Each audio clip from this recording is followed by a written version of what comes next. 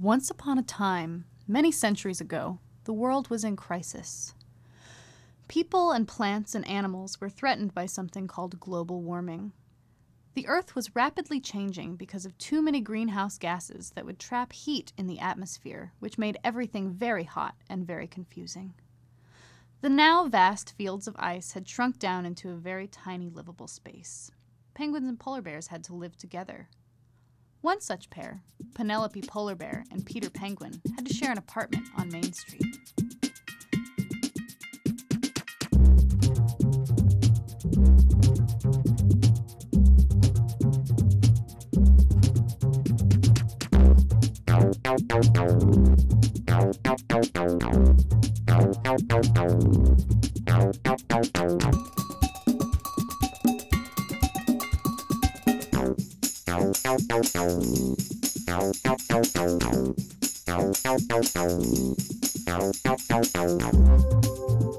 They did not get along. One morning, Peter Penguin decided that he had had enough of this odd coupling and set out on a journey to find a solution.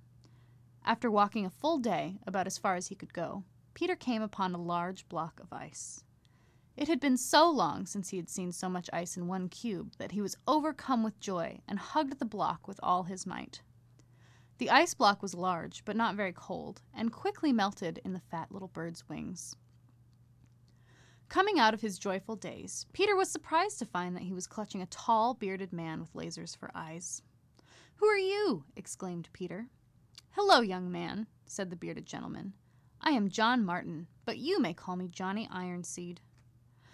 Peter's eyes grew large. He had never actually seen a man before. He knew that they lived on large ships in the middle of the massive oceans surrounding his home, and that they often tried to find something called oil. That this man was talking to Peter and not trying to eat him surprised him greatly. Johnny Ironseed looked around him with the same expression of wonder that Peter felt on his face. "Why, it's as bad as I thought," he said. He sat down on the cold but muddy ground and put his furry chin on his fists. "Yes," said Peter, pulling out his wallet and offering up photos. "You should see my place. I bunk with a big, rude polar bear." "That polar bear is brown," said Johnny Ironseed. Peter laughed. "Of course she is. She has to blend in with her surroundings.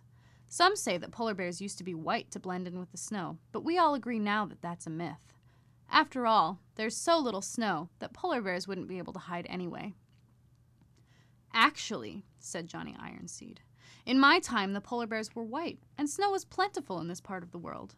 But we knew that it would not always be so if we didn't do something fast. In fact, before I was brought back to life as a cyborg, I had a plan to defeat global warming," said Johnny Ironseed. "Let me tell you a tale of anemic phytoplankton and my plan to save the world." "Wait, what are phytoplankton?" asked Peter.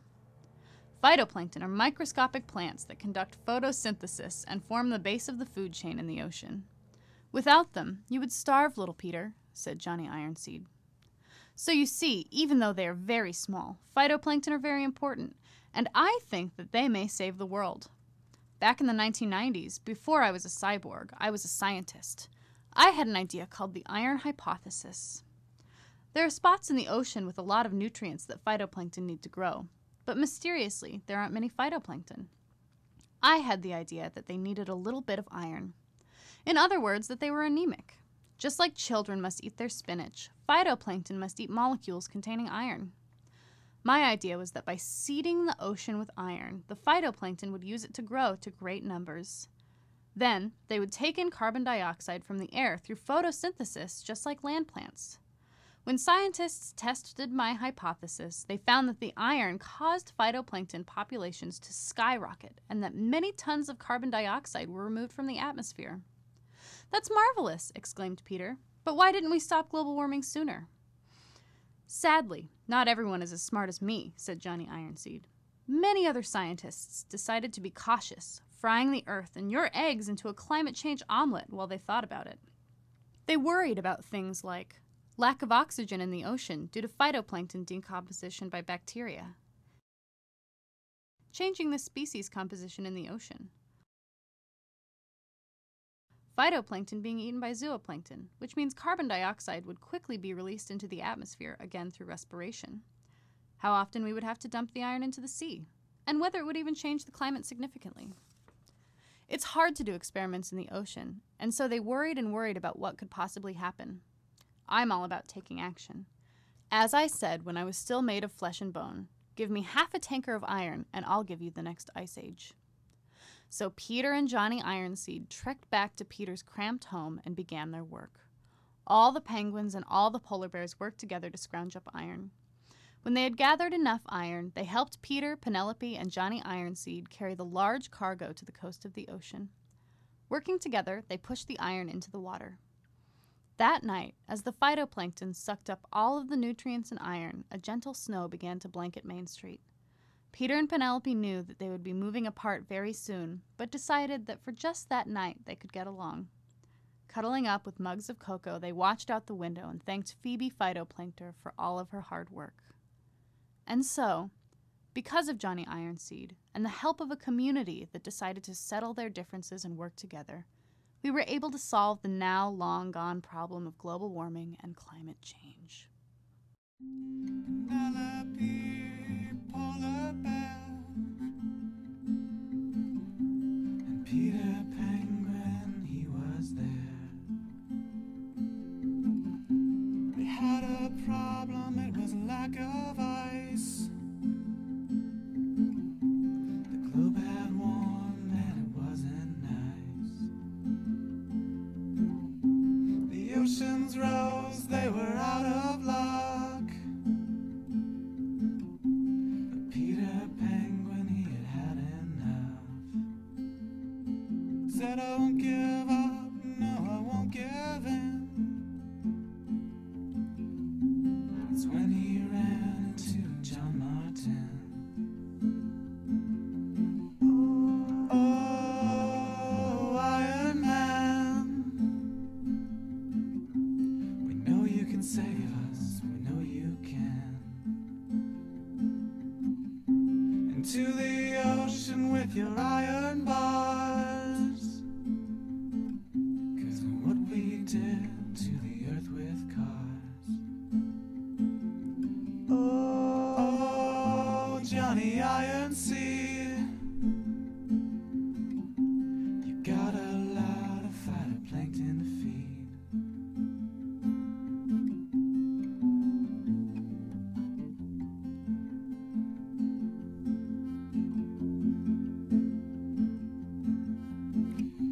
When the snow fell, it fell deep.